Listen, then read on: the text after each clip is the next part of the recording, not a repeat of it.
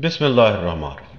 حضرت عائشہ رضی اللہ تعالیٰ عنہ سے روایت ہے کہ رسول اللہ صلی اللہ علیہ وسلم نے کبھی کسی کو اپنے ہاتھ سے نہیں مارا، نہ کسی عورت کو، نہ کسی خادم کو۔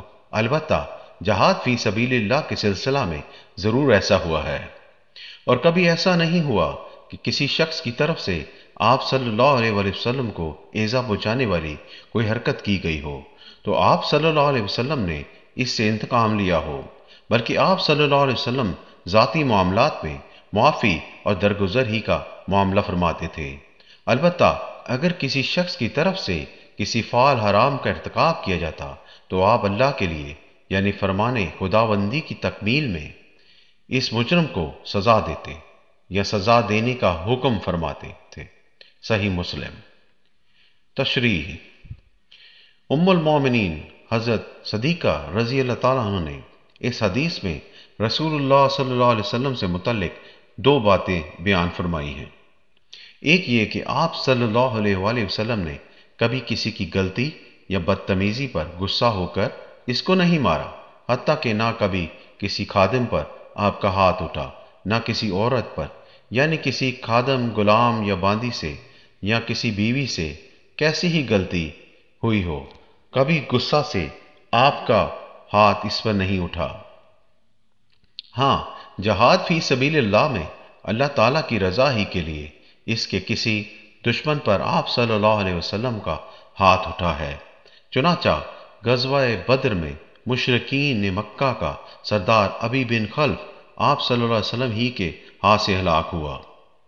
دوسری بات، حضرت صدیقہ رضی اللہ تعالیٰ عنہ نے یہ بیان فرمائی، کبھی ایسا نہیں ہوا کہ کسی بدبخت نے آپ صلی اللہ علیہ وسلم کو ایذا پہنچائی ہوئی یا آپ صلی اللہ علیہ وسلم کے ساتھ بدتمیزی کی ہو تو آپ صلی اللہ علیہ وسلم نے اس سے انتقام لیا ہو۔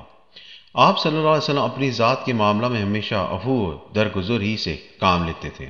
البتہ اگر کوئی شخص کسی حرام فعل اور جرم کا ارتکاب کرتا تو آپ صلی اللہ علیہ وسلم اس کو سزا دیتے تھے، لیکن یہ سزا بھی نفس کے تقاضے اور طبیعت کے غصہ سے نہیں بلکہ اللہ کی رضا کے لیے اور اس کے حکم کی تعمیل میں دی جاتی تھی۔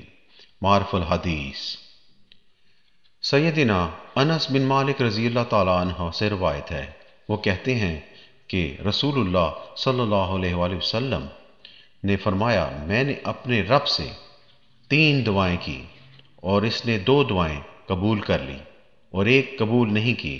میں نے یہ دعا کی کہ میری امت کے کوئی قحط میں مبتلا نہ کرے، اس نے یہ دعا قبول کر لی۔ پھر میں نے دوسری دعا یہ کی کہ میری امت کے دشمن اس پر غالب نہ آئے، اس نے یہ دعا بھی قبول کر لی۔ اور میں نے تیسری دعا یہ کی وہ ان کو مختلف گروہوں میں بٹ جانے سے بچائے، لیکن اللہ تعالیٰ نے میری یہ دعا قبول نہیں کی۔ مسند احمد۔ چینل کو لائک اور سبسکرائب کریں، موٹیویٹ کریں، سپورٹ کریں۔ السلام علیکم۔